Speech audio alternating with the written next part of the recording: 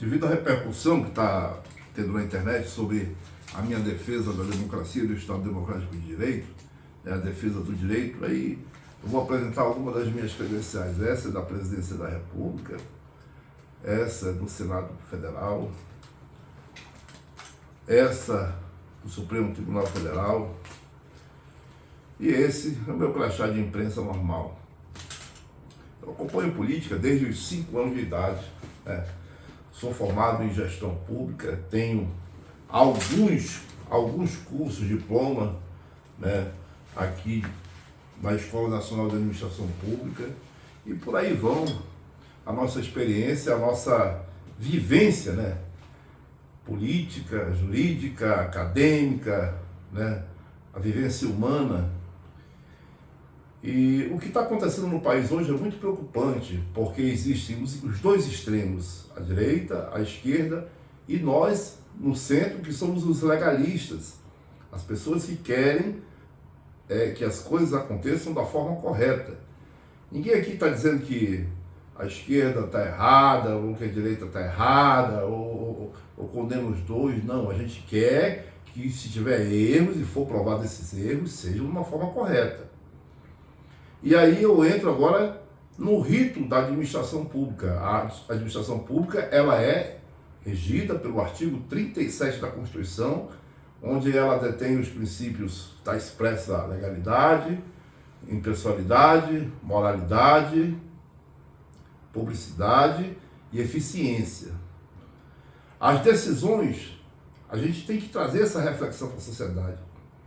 Do Supremo Tribunal Federal está embasada nesse princípio da legalidade. Vamos lembrar que o direito pode ser moral, imoral e amoral. Tem coisas que são morais, mas são legais, mas não são morais. São amorais ou são imorais. O princípio da impessoalidade, quando os juízes ali da Suprema Corte são partes no processo, eram ligados a uma ideologia A ou B, está sendo respeitado?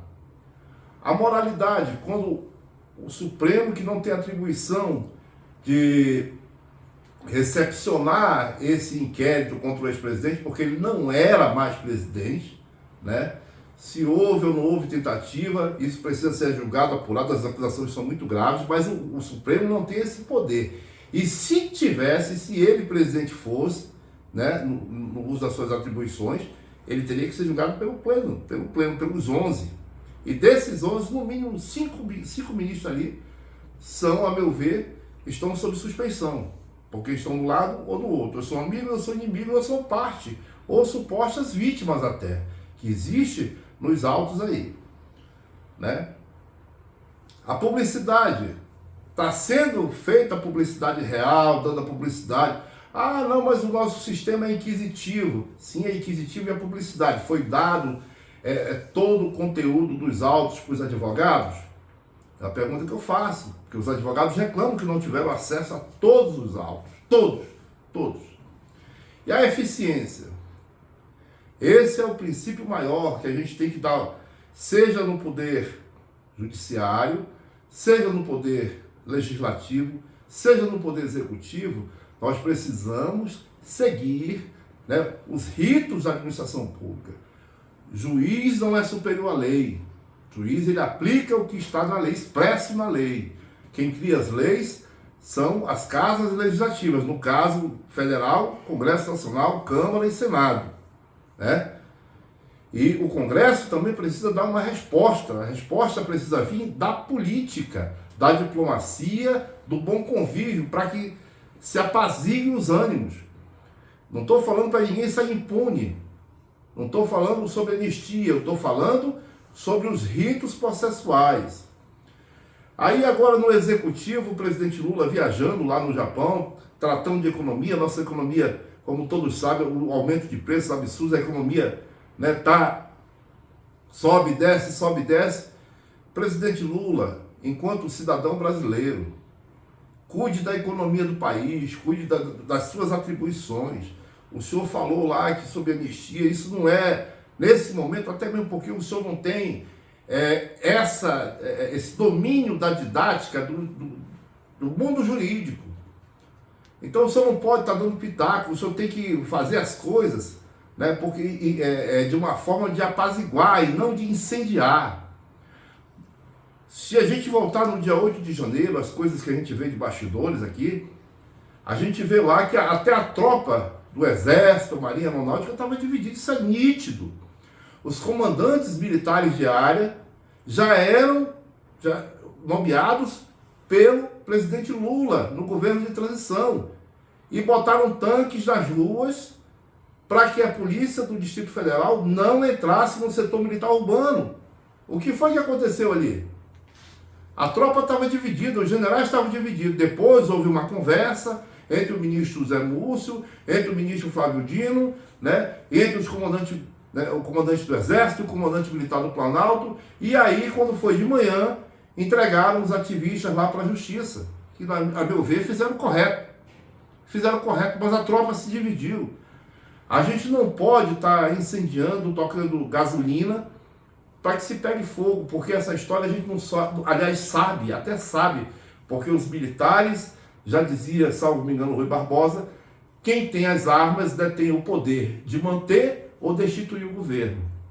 O mesmo Rui Barbosa dizia que a pior ditadura é a ditadura da toga, e isso nós não queremos. Seja uma ditadura de homens, armas, tanques, cães nas ruas, ou seja uma ditadura da caneta, da toga, usurpando as leis, é isso que nós não queremos. Nós, enquanto nós, jornalistas, nós, estudantes, amantes do direito, nós, pessoas que queremos, porque essas discussões são inócuas, elas não contribuem em nada para a nossa nação, para o nosso país. Nós, indígenas, fazemos parte do segundo maior movimento mais antigo do planeta, que o maior é o movimento cristão, né? E nós somos o segundo maior, nós estamos aqui vigilantes, observando as coisas que estão acontecendo há 525 anos. Qual é a resposta que eu vou deixar para os meus filhos? Qual é o legado? De ficar em silêncio, vendo as coisas acontecerem? O artigo 37 da Constituição, o artigo 109, 4 da Constituição. Esse processo, ele é nulo na essência, ele não poderia nunca, nós nunca julgamos ninguém, não há uma jurisprudência. Isso é matéria de primeiro período do direito. O princípio da irretroatividade do direito penal não pode voltar no tempo, a não ser que seja para beneficiar o réu. E aqui no caso está voltando, o Supremo chama atribuições para o seu regimento interno, o que não pode, para prejudicar e recepcionar esses réus. A instância correta é a primeira instância da Justiça Federal, porque nós não temos nenhum julgado, não há uma previsão no Código Penal que foi julgado um golpe de Estado ou tentativa, e tentativa de golpe é golpe. Para deixar bem claro, tem que ser julgado. Se tiver provas robustas, contundentes, tem que ser processado, julgado, e tudo dentro do devido processo legal, da ampla defesa, do contraditório, respeitando os ritos do direito penal, das leis vigentes. E aí a gente vai punir com severidade, com rigor.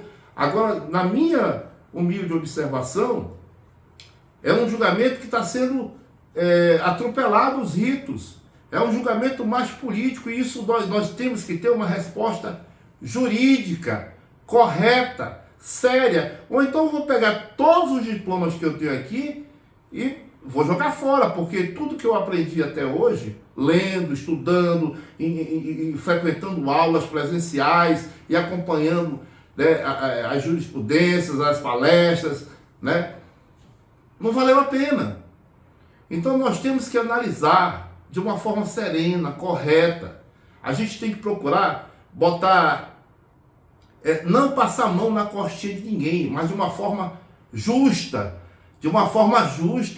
para que o país ele avance em infraestrutura, ele avance na cultura, na educação, ele avance, né, no poder judiciário. Há uma escassez de ministros, né, nas altas cortes, né, oriundos de carreira, e essa é a reflexão que a gente traz e sempre vai trazer enquanto pessoas vigilantes no nosso país.